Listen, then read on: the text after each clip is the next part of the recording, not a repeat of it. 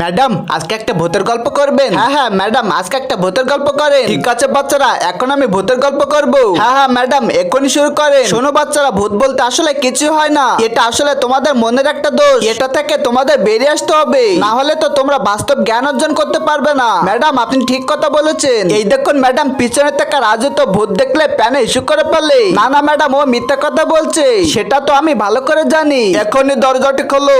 আরে বাপরে, দরজা আবার কে এলো এখন? যাও তোমাদের ভিতর একজন গিয়ে দরজাটি খুলে দাও। বন্ধু তুই চলে যা। না না বন্ধু, আমি একা যাব না, চল একটা কাজ করি, আমরা তিনজন মিলে দরজাটি খুলে দেই। এত সময় কেন লাগলো? আরে বাপরে ম্যাম এখানে কেন?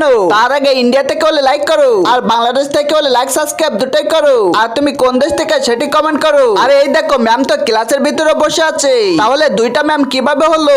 এখন তো আমার খুব ভয় করছে, আমার তো মনে হয় ভূত বলে কিছু থাকে। বন্ধুরা আমরা তো এখানে দুইটা ম্যামকে দেখতে পাচ্ছি, এখন তোমরাই কমেন্ট করো এটা কিভাবে হলো।